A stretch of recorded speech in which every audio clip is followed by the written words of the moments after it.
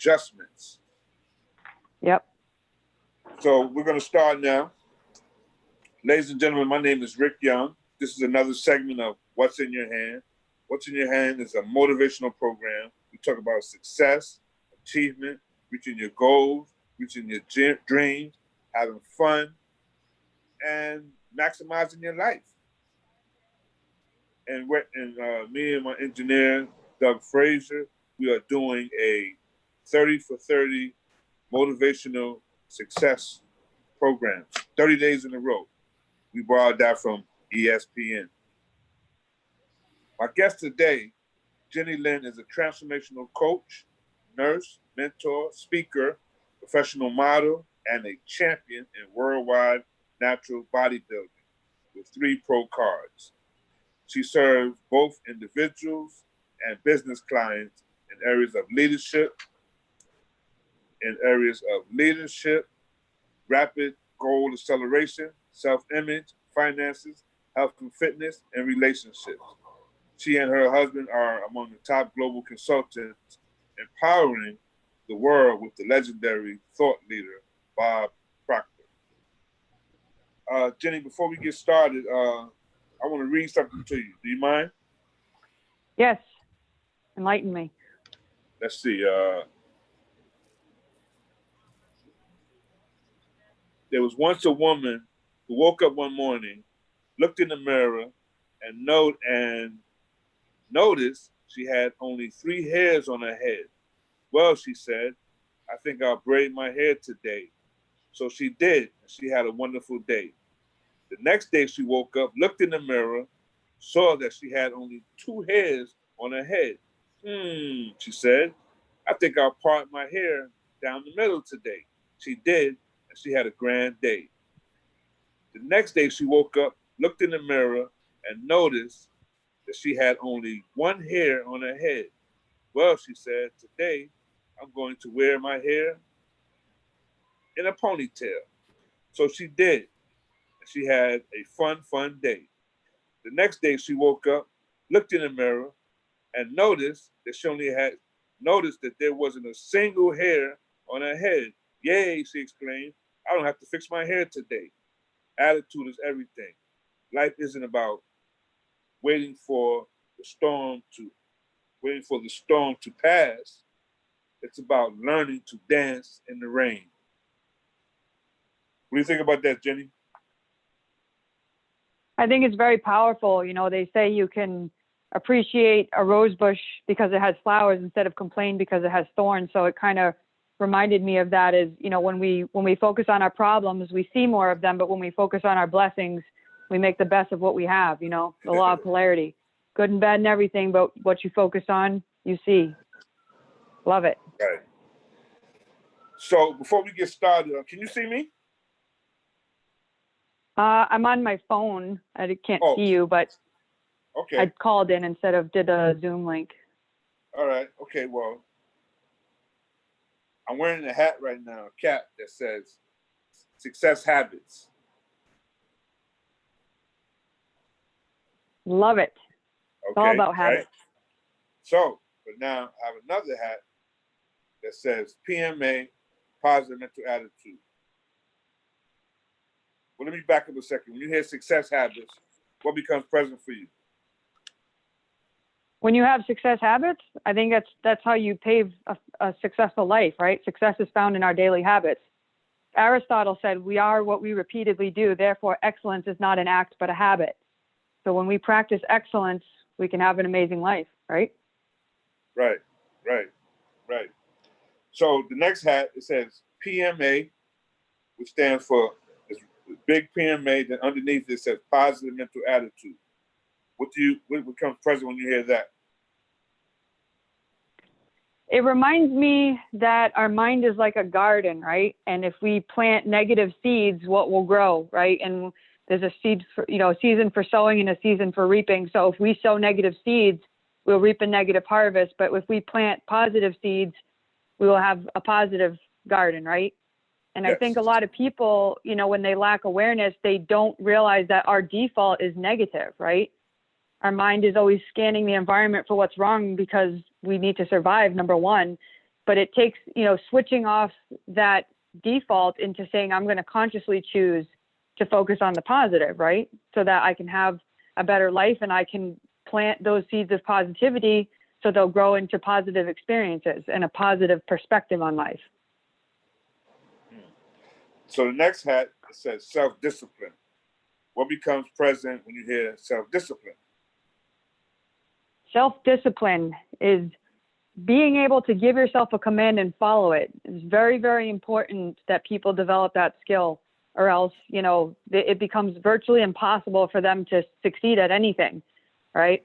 And I saw a quote once, and it's so true, especially in bodybuilding. They said, if you can control what you can eat, then you have true discipline. If people have very little willpower when it comes to their diet, it's hard for them to have discipline in any other area, and I think that's why a lot of bodybuilders, when they're able to do that, it's so hard, right? Because we need food to live, right? And we all have things that we want to eat, but when we can basically have the willpower and the discipline to say, I'm going to dedicate this to doing this, and I'm going to follow that day in and day out through discipline, then that's true willpower. All right. Wow. Nice. So the next cap says success mindset. What becomes present when you hear that? I think a lot of people undervalue the importance of their mindset, right? They have this, I think what Bob Proctor says, there's a gold mine in between your ears. And it's like, if we don't control our mind, we will be controlled by the mind. But I think self-awareness is the best gift we can give ourselves. And we learn that through study, and we can also gain that through experience and mentorship. So I think when we have a positive mindset, right, if we have a positive lens through which we look through life, we can color our experiences with positivity instead of being sucked down into the negativity, right? So mindset really is everything. All right. And the last and final cap, it says keys to success. What becomes present when you hear that? Keys to success. I think it goes back to awareness, because I think a lot of people think intelligence is what gets us results, but it's really awareness, right? And I think that success is a decision, and we live those consequences of those micro decisions every day of our life. So if we want a successful life, we got to make really good decisions, and consequently, and this is right out of Think and Grow Rich, indecision is the number one cause of failure. So if I were to advise people, the keys to success is learn how to make good decisions.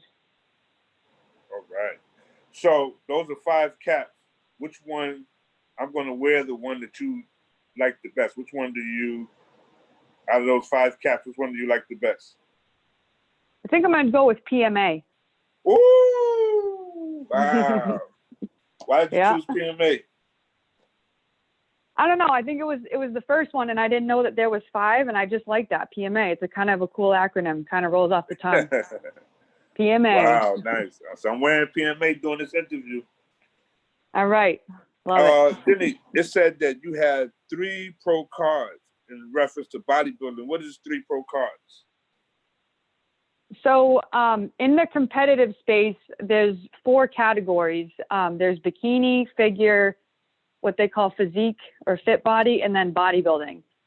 And when I got into competing, I was kind of in between deciding whether I was better for figure or bikini, because basically the way they judge you is as you go from bikini all the way to bodybuilding, you get like bigger and leaner, right? So you can't have bikini girls competing in any of the other ones because they'd be too lean.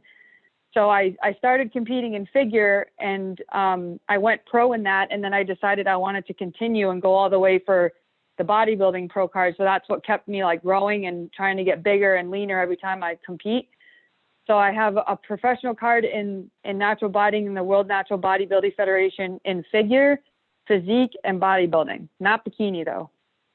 I think I might go for that when I'm a master, because it's hard to go backwards once you go forward.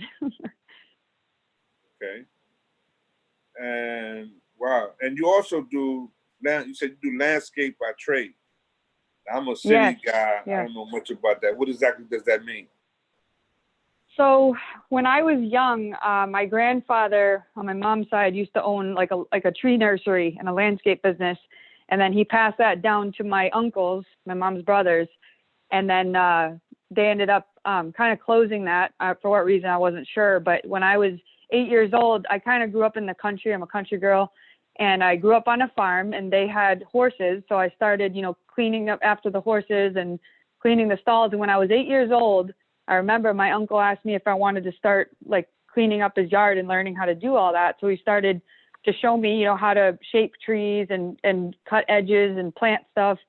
And from that point on, that was like my job. Like I was 8 years old, I was learning landscaping. I just grew a passion for nature and just like creating artwork right out of the earth.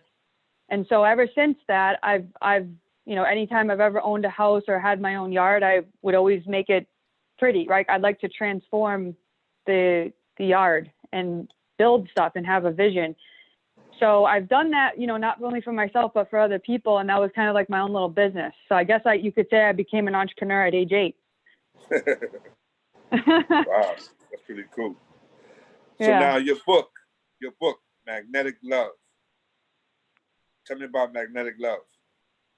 Yeah. So interestingly, I went to college to be a nurse. And then at the end of 2016, I had the fortune of going to an event where I'd meet, Bob Proctor, and he had some people speaking there, and it kind of changed the landscape of my life because it was there that I went there mostly to just network, with 100 other entrepreneurs from around the world and just to spend a week with a legend, that was kind of the notion of it. And there I was invited to then, become a coach and work with Bob. And then also he had his friend Peggy McCall there, and she's a New York Times bestselling author like multiple times, and she helps people become bestselling authors. So I decided I want to write a book. And the idea just kind of came to me, like, this is how things happen, right? You kind of get this download from the infinite, right? The infinite source.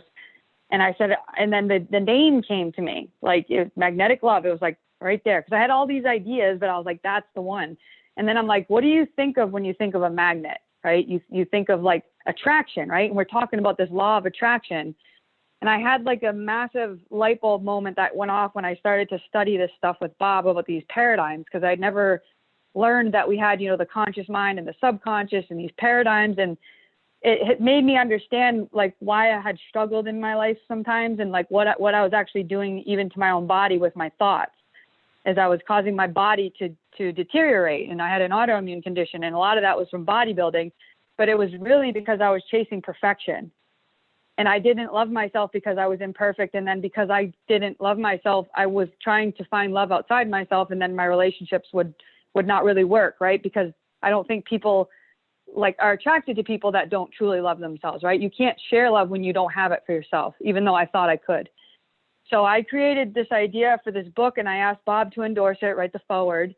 I committed to, mentorship to learn to write the book. And I really just shared my experience of finding myself, loving myself, and also, successfully attracting a partner, right? Your soulmate, twin flame, whatever you want to call it. But I shared a lot of like the negative thinking that was holding me back, right? And that I had wished I had someone to help me through that, or a book to read that would have helped me understand what I was doing, because it was subconscious, meaning below my level of awareness. So the book is really designed to help inspire people, because a lot of women suffer with body image issues, and I certainly did. And I didn't realize how much it was truly affecting like my personal life, like my love life.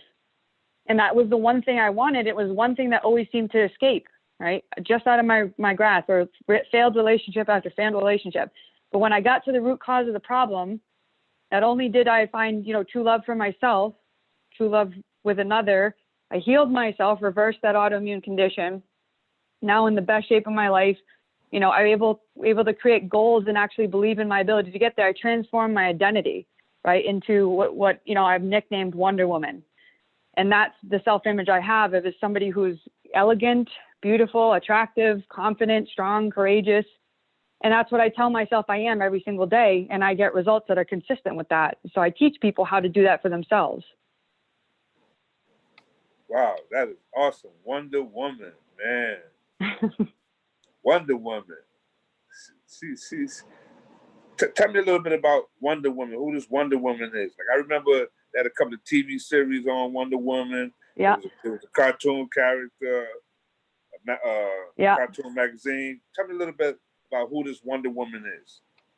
Yeah.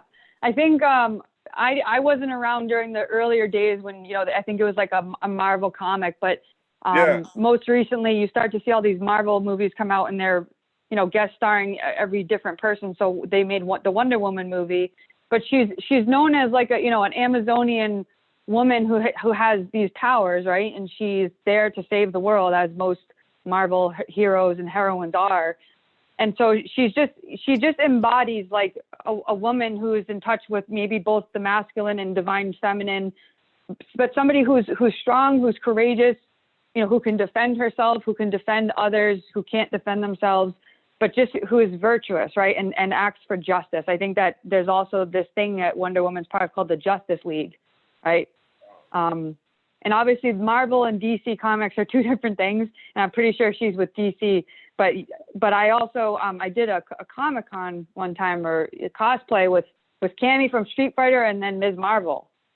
So she's a little different, but they're all very similar. These strong female women who are powerful, and they use these powers for good, not for evil, as some people do use it for evil. So I kind of, it's like an alter ego, if you will, right? I have this alter ego of this woman who is strong, elegant, attractive, comfortable in her own body, and uses her gifts to help others. And I was given that nickname because when I was doing sales for this company, it was Learn, and I still work for them, but I basically went from a complete newbie, right, with no experience.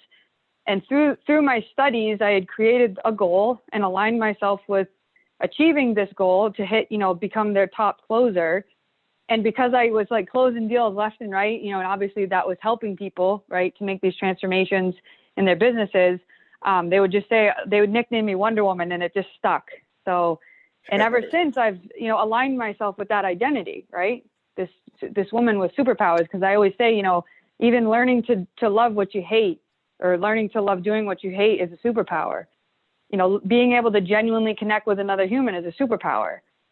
And so learning what your superpowers are and using those for good, right? Channeling them and discovering, like I said, we all have limitless potential. We've got to unlock it, right?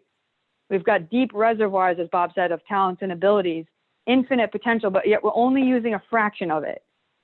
And helping people tap into their potential and find what they're good at, what they love, and helping that passion, emanate from them and color their life. That's kind of what I do, and what my book should help people do,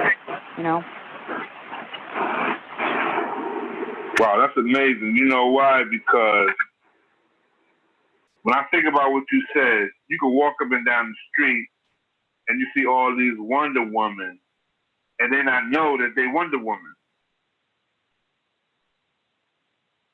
Can you speak to that, Yep. Jennie? So they're Yep. walking up and down the street. Can you hear me? I can, yep.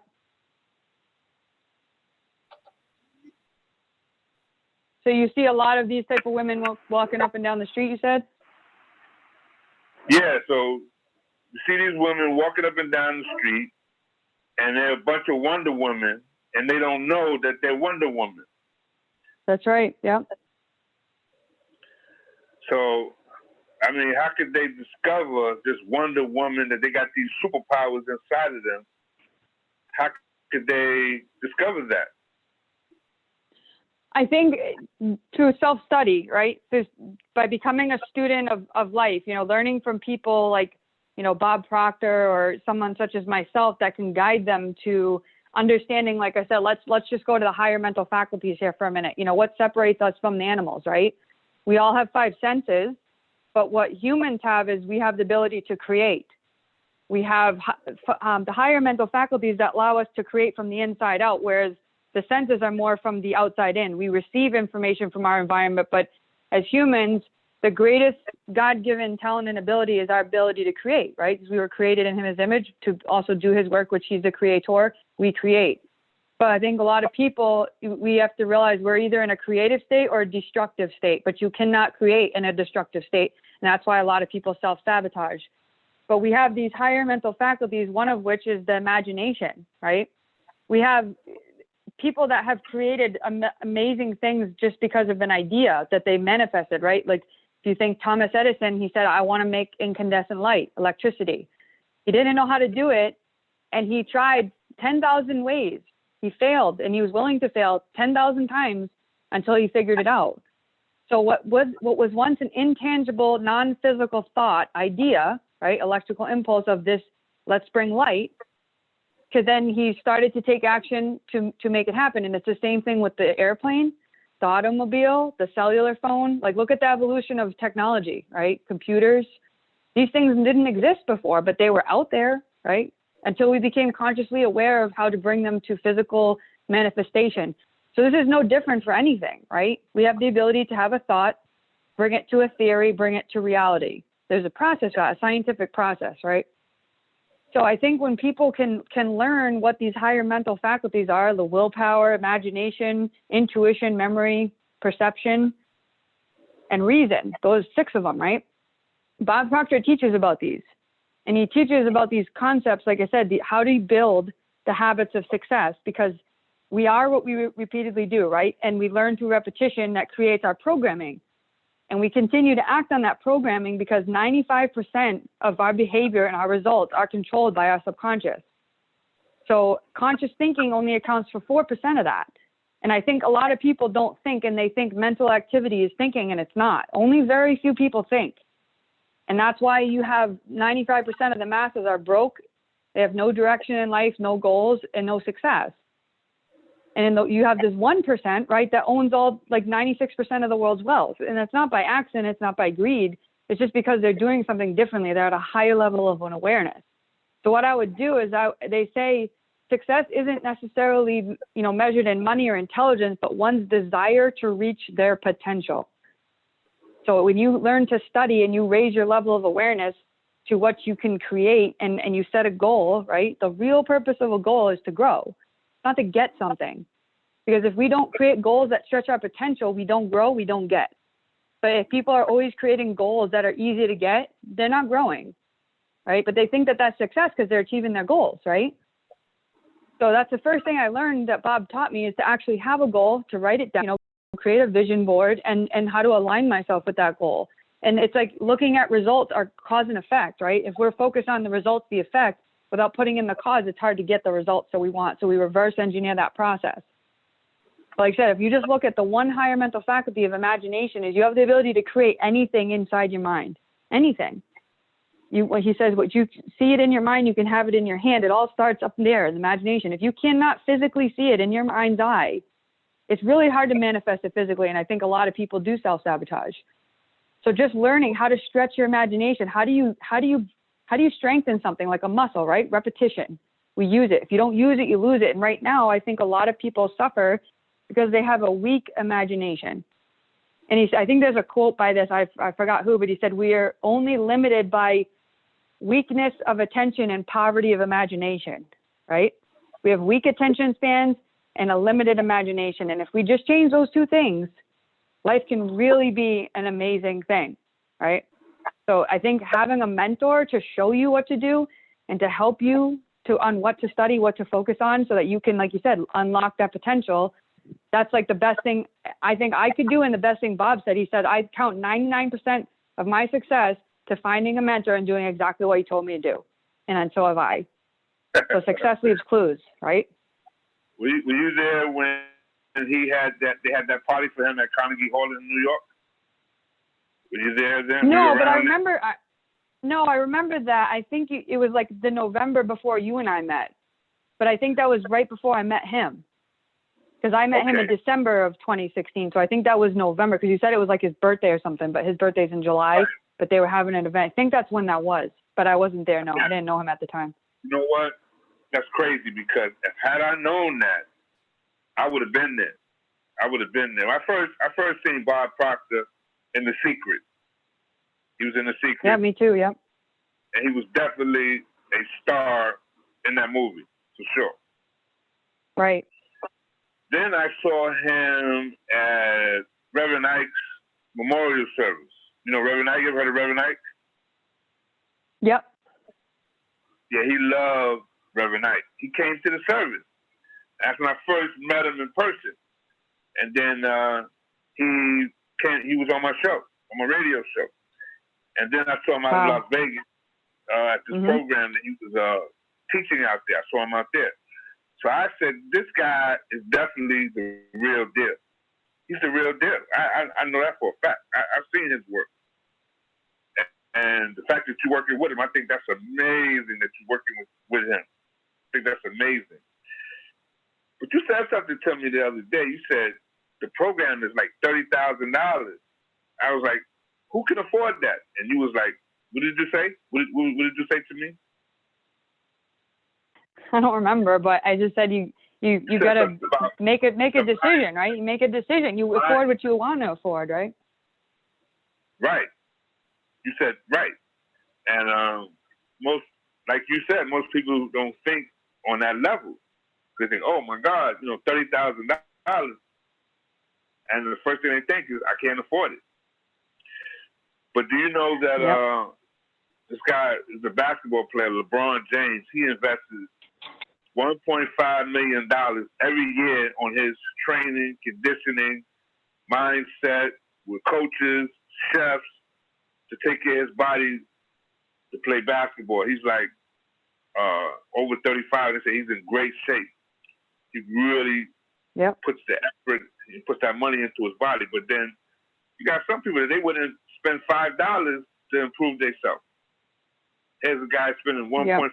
Oh, but he got the money. No, but what can you afford? What can you afford to pay to help yourself improve? Can you buy a book and really read that book and study that book? That could kick it off. Yeah. They say, can I do it? Yeah. Yeah, and that's the thing is, like, just take the first step. Work with what you've got, and I always say, I think it was Brian Tracy. He said, reading does for the mind what exercise does for the body, right?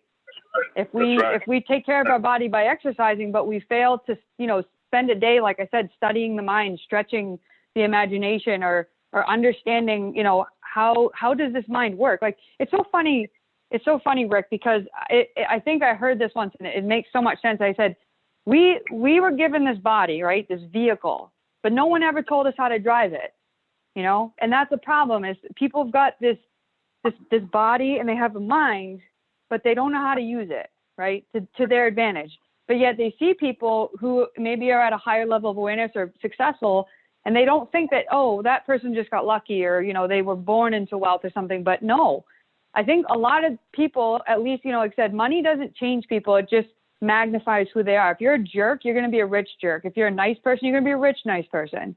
You're going to be a wealthy, nice person. But I think a lot of people, the problem is they can't afford things because they have a poverty mindset. How we were talking at the beginning of the call about how important mindset is when you are programmed to be poor, it's because, like I said, it's generational.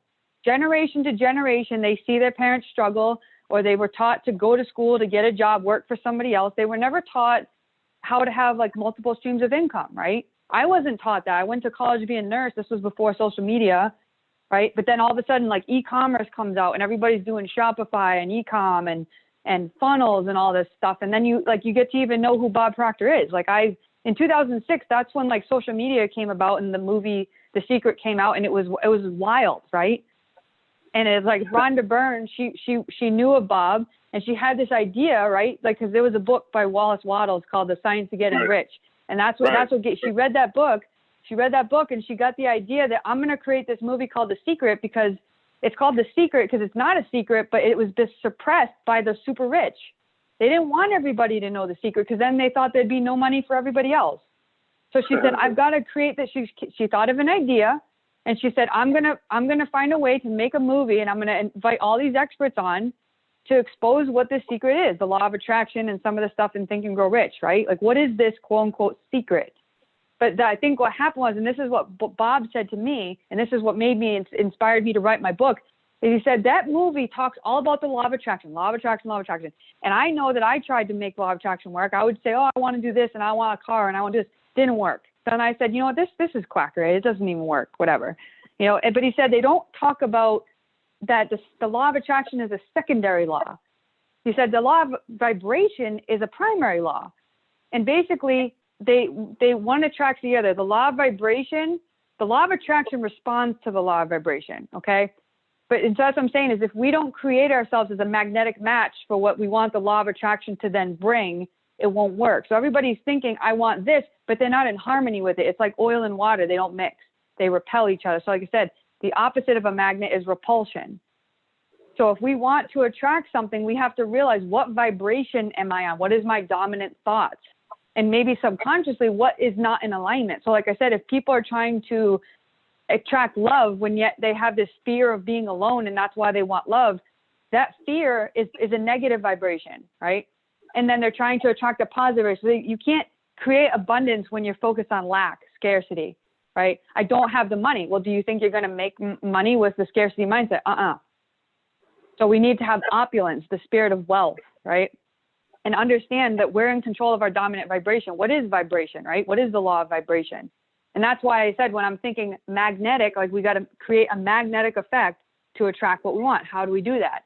We control our vibration, and we do that with thoughts. We understand that there's two poles, right? There's positive, negative, right? Everything has an opposite: light, dark, up, down, hot, cold, positive, negative.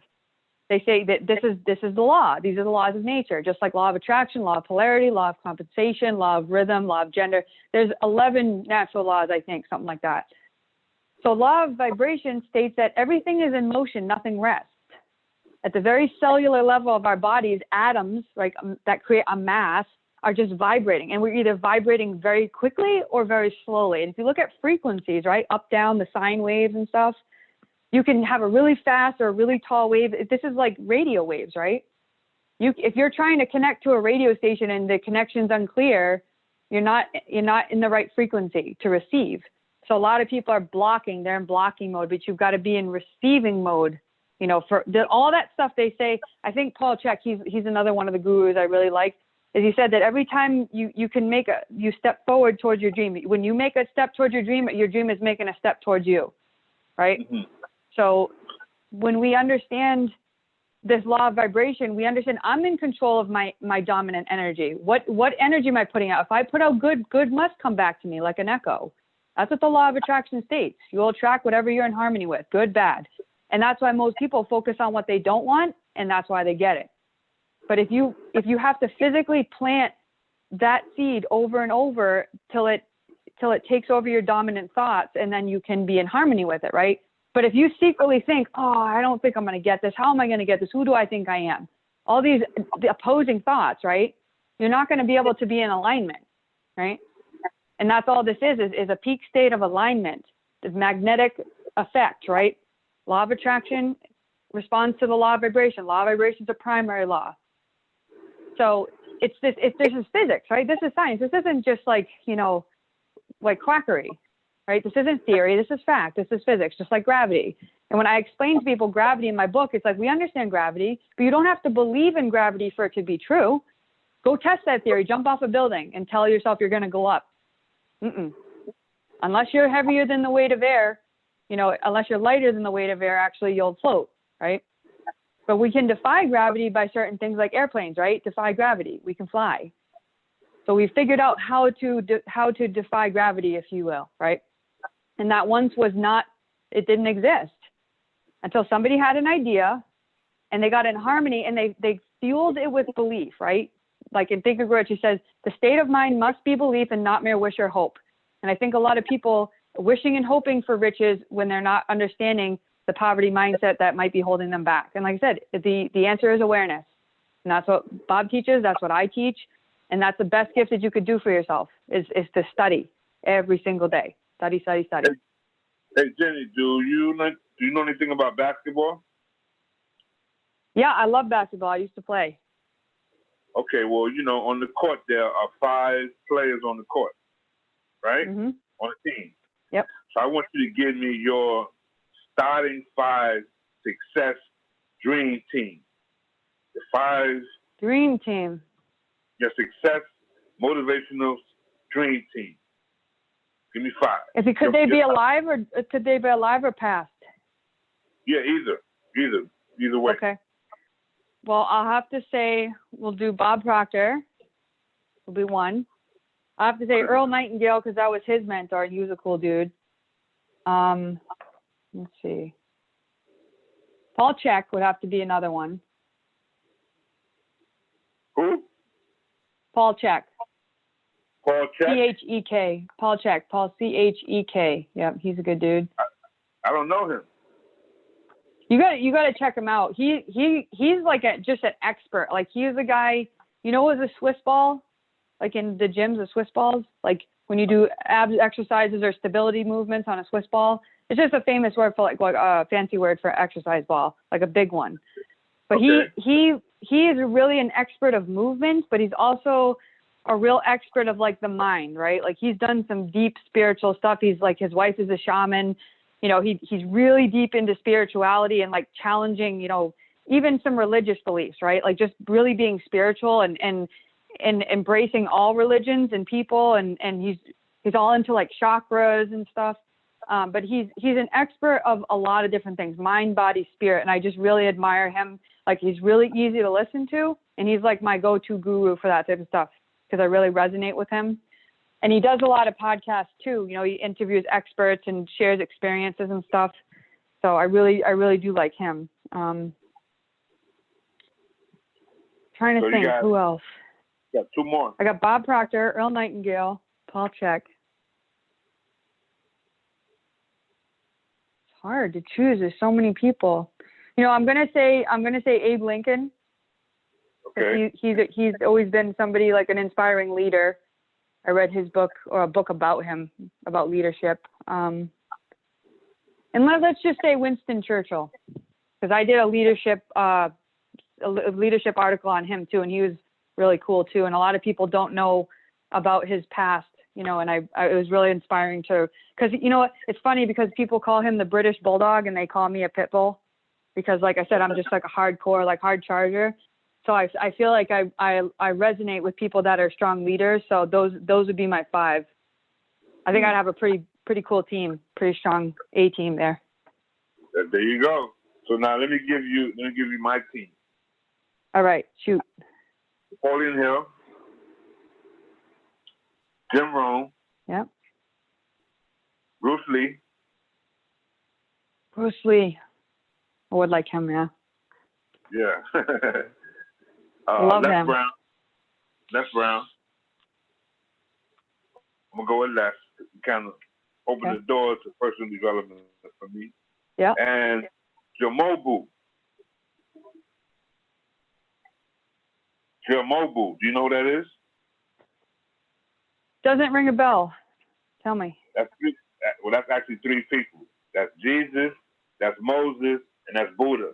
I made it into one person. Oh, so, I love that. Because I'm making the rules, I can make my own rules. Like you said, imagination. Well, I'm using my imagination, and I'm getting three of them. Jesus, Moses, and Buddha. How about that? Touche. I love it. Let me ask you something. This whole success principles thing that you do, motivation, positivity, law of attraction, is it boring or can you actually have fun with it? Can it be fun? Absolutely. I mean, if it's not fun, you're doing something wrong, you know? And I think that's a lot of people, they have to realize that like personal development doesn't have a finish line, right? And that the real point here, and I think I wrote about this in my book, is we get destination addiction, you know, the belief that happipiness is there or the next this or, you know, and that they don't enjoy the process, right? But the whole part of it is like, even if you don't get what you want or you quote unquote fail, it's like, what have you learned? Right. So learning should be fun. And if you are so hell bent on getting something that you like exhaust yourself in the process or you're just, it's not fun, then it's not the right thing, because it should be fun, right? Life should be fun. It should be adventurous, meeting people, experiencing things, right? Like have a fun life. Like that's really what the point of it is. Like I said, if you're not having fun, you're doing something wrong. So, and so a good mentor can point that out, you know, what you're doing, quote unquote, wrong, so you can course correct. Otherwise, you're just going to go down that path and burn out and self-sabotage. That's not fun, you know? So here's the thing. I'm glad you said that, because there are a lot of people that really don't know how to, like, how do you learn how to learn? some people don't know how to learn. How do you learn how to learn? Well, I think, how do we learn anything, you know? Yep. How do you learn anything? Well, earlier you said repetition. That's one of the things you said. Yep. Uh-huh. Well, I think there's a quote out there. Yeah, sorry. No, I want to hear that quote. I want to hear it. Yeah, there's a quote that said, people with too little confidence don't think they can learn, and people with too much don't think they need to. So I think how do you learn how to learn is the best way. Is how have we learned in the past, right? We have a teacher, right? We play a sport, we need a coach, right? Even the best basketball players in the world have a coach. Best football players, they all have a coach. But when you get to the point where you think, I don't need one, right? Well, that may be true. But when you can leverage the success and experience of somebody and the wisdom, like if you were going to do karate, it's like if I had the opportunity to teach myself or to learn from Bruce Lee, what do you think I'd choose? Learn from the expert, right? He has the wisdom of decades that I don't have. So I can say, well, I could go and just follow in his footsteps and learn 10 decades and go read books and watch seminars and try to figure it all out. Or I can say, he's done it already. He can show me what to do. Let me learn from him. You know, let him teach me, right? Let me transfer that knowledge and wisdom from the leader, right? And I tell people, how do you become a good leader, right? That's how you learn, is you become an intelligent follower. There's nothing wrong with being a follower, because every good leader was once a very intelligent follower. They found somebody that's better than them or has done what they want, has succeeded, that can teach them the way, right? And that's the thing, is some people think they're a leader when they haven't been a good follower, and then they're not a good leader, right? Wow. But I think that's how we learn, is we study. We study. Right. And then the other part is that, we started off with this woman who had this amazing, positive attitude. She was not going to let anything ruin her day or stop her from having fun. She wasn't going to let anything stop her, not even hair. You know how women are with their hair. Well, her attitude is so positive. So how do you develop that attitude of just straight up positivity? Like, I'm not letting nothing that happened, pandemic, coronavirus, you name it, I'm not letting it affect my day. How do you do that? Yeah, I think it's an attitude of gratitude, right? Is she didn't look at what she didn't have. She didn't look at a whole head of hair that wasn't there. She looked at what hair is left and what can I do with it, right? Because we're all dealt a certain deck of cards, and we all attract experiences, right? Bad things, but that, like I said, nothing's bad or good. It just is. But our thinking makes it so, right? And that's why somebody can look at something that somebody could say is bad, and somebody else could look at the silver lining, right? They can say, oh, it stinks that I got stuck in traffic, but yet, guess what? If that accident could have been me. So God was looking out for you, right? So we got to believe that things happen for a reason, but that we are in control of our world, right? And then, we've got our environment, right? Our mental environment, and then there's the outer world, right? So they say be in the world, but not of the world. And I think a lot of people, it's mental toughness, right? Not giving in to negativity and not giving into, what's going on outside, especially in this economic crisis. It's hard you can't ignore it, right? And it's not good to ignore it, but what we've got to focus on is what we can control, right? And if we start getting bent out of shape on things we cannot control, right, then we lose our power to have, to be able to have that attitude of gratitude. And what happens is, as I was explaining, is where does our vibration go if our dominant thoughts are negative, right? We can only attract more negativity. Like attracts like. You think negative thoughts, you got negative vibration, you're going to attract negative things. And that's why these people, right, they say the law of attraction doesn't work. Look at, and they look for evidence in it, and it just proves that they're right. Yes. But then you get the people that are thinking positively, and they have that attitude, like the woman with the hair. Is she focused on what she had, not what she didn't? She focused on abundance instead of lack. What you focus on expands, right? So she focused on the positive, or what existed, right? Not the absence of what was gone, because absence would have expanded. Nothingness, negativity, all the bad things, right? So she was able to focus on something and appreciate what was there.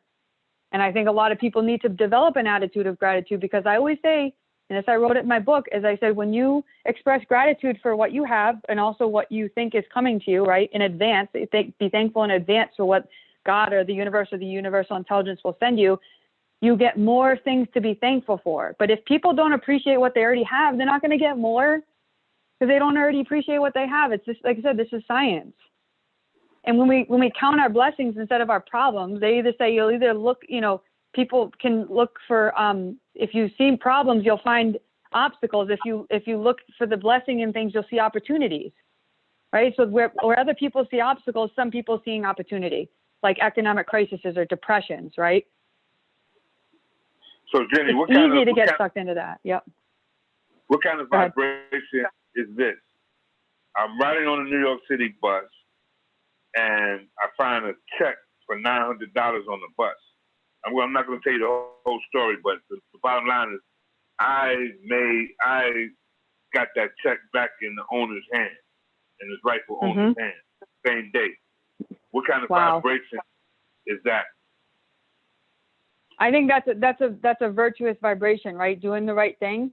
And what would you like done if that was you? You did the right thing. Yeah. There is no right or wrong, but in your heart, you knew it's the same thing as like if you found someone's wallet. Is like, if you lost your wallet, would you want somebody to try to get it back to you, or would you keep it? It's tempting, but right, when we do the right thing, right? And then it's almost like paying it forward, right? Yeah. You help somebody, and then therefore you will be helped. It's not because you expect it, but it's because, they say giving and receiving is the same thing. And so you did a positive act, and you will attract more positivity, right? Yeah. So I think that's a sign, right? It's a sign. Yeah. Good sign. So he's a Columbia. Here's what I'm getting out the deal. He's a Columbia University student, right? So I says, hey man, I want you to do me a favor, because he wanted to buy me dinner and all this. I was like, nah, don't worry, no, I'm good. Don't worry about that. And he wound up buying food for some other guy that really needed it. So yeah. So here's what I get out the deal. I said to him, I said, listen, I'm going to give you a book, and I want you to read that book. And then he's going to come back and share with me what he learned from that book. To me, that's valuable, because sometimes you can't even get people to read books. You'd be surprised. And he's going to read this book. He's going to come back, and I know it's going to be a positive or motivation. I'm not sure which book I'm going to give him yet.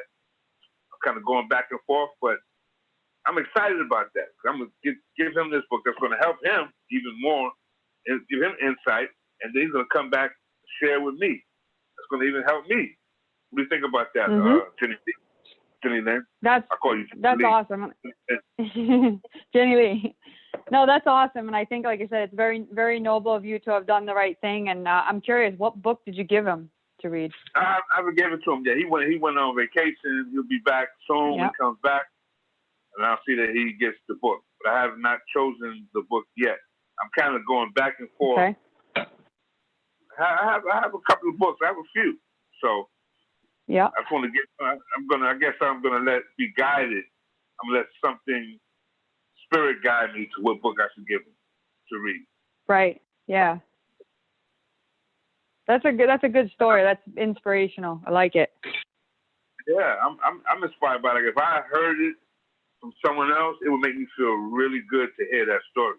Like, wow, because I kind of went out my way to make that happen. Because I tried to give it to the bus driver, he wouldn't take it. He said, give it to the dispatcher. I went to give it to the dispatcher, he wouldn't take it. So I'm like, oh man. So, that's I guess that's New York City. But I guess that can happen in any city, right? Yeah, probably. Yep. It's a good thing it was a check and not cash, because then you wouldn't have known. But I said if it was cash and I had some way I could have found out who he was, I would have still gave it to him. If there was a way for me to find out who he was and who it belonged to, I would have definitely still gave it to him. Right. Love it. So another thing that a lot of people that I'm noticing that people have challenges with is the thing called communication. How can people improve their communication skills? I think part of it's awareness, and I think if like I said, communication is huge, right? And I did a study when I was in college about mistakes in the operating room, right? And what's the number one cause of errors? It's communication. right? We have systems in place so that people don't make mistakes, checklists, right? And safety protocols. But the problem is, like, nobody was communicating. You've got, how many times does a patient move to different places, different, pre-op, post-op, this op, intra-op, all this stuff, right? They got medications, allergies, all this stuff, make sure they cut the right leg, right? It's like, geez, a lot of liability, but people are afraid to communicate. And there was a lot of lateral violence, right? Like doctors, like I said, not saying every doctor, but sometimes doctors think they're above, the nurses, and then the nurses, if they've gotten a bad experience with a doctor, he barks at them. They don't want to talk and speak up no more. But in relationships too, is I think a lot of people don't necessarily understand their needs and how to communicate, or they're afraid to speak their truth, right? Which isn't healthy, right? But I think a lot of relationships wouldn't end in divorce if people just communicated better, right? And this is not just for people, your peers, right? It's for kids too, kids to parents or peer to peer, but communication really is everything. And I think if people don't study, like I took a college course, interpersonal communication, because again, it was important, right? As a nurse, to be able to communicate and understand that everybody's different, right? And everybody has their own truth, right? My truth, your truth, the truth, right? I think they said there's three things that can't hide: the sun, the moon, and the truth, right? But that's the thing, is there really isn't one truth. There is our truth and other truths, but they may or may not be the same, but I think if people communicate effectively, right, there's a lot of destructive communication, anger. When we act out of negative emotion, we don't communicate positively, right? And I think that, like I said, we're in a negative vibration, and the person we're talking to will feel that, right? That negative energy, the bad vibes, as people call it. So I think, again, there are books to teach people how to communicate body language, right? We commute by verbal and nonverbal communication, right? So studying, right? There's that study again. How do we learn? We study, repetition, right? That's right. But there also, you talked about, hiding. There's also someone that you can't hide from, and that's yourself. Because wherever you go, there you are. David made a song about that. Yep. If I was in the studio, I would play that song right now. You can't hide from yourself. So I got two more questions. First question is, why are you here, Jennie? Why are you here? On the earth? Yes. Well, I think that, there's what we're on this earth to do is to find, purpose and meaning in life, or to decide purpose, right? And I think, you just want to, I think there was another quote, I forgot who said it, but they said, God's greatest gift is giving us all this potential, right? And our gift to the world is to develop as much of that talent and ability as we can in this lifetime. So like I was given a gift of life, and it's like, how am I going to use that, right? To give back, to create meaning every single day, right? I don't waste my life. And it's sad to see a lot of people that do, or they say, like happiness is, you can't afford to not have a happy day, to not have a happy life, right? Because life is so short, and we can never get those moments back. So bringing meaning to my life and bringing meaning to others is human connection, right? It's a soul thing. And so I think we come into this life and we don't really know why we're here or what we're doing, right? But it's like, it's at the core, I think we all want connection, right? We want to be around people that bring us meaning, bring us joy, create memories to then look back on and say, I lived a good life and I didn't regret the things that I didn't do or should have done, But it's to learn, it's to grow, it's to experience, right? Everybody is on an individual path, That's wonderful. So now, most people, I found, like we use this thing that I'm going to talk about, but sometimes I don't think we use it enough and to the capacity that we can.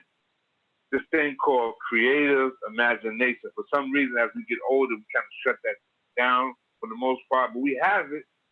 We don't use it. Why people don't use their creative imagination to create their life, to create an amazing life? And what is the question? Yeah. So why don't we use it? I think it's because we are taught that we need to know how to do stuff in like like what's fantasy, right, or fairy tales, or magic, if you will. Like it's all in your imagination. But I think like what happens is as kids we have a wild imagination, right? We can play, we can do all these things, and we have this imagination. And then when we come to school, they tell us to sit down and pay attention, right, and focus, right?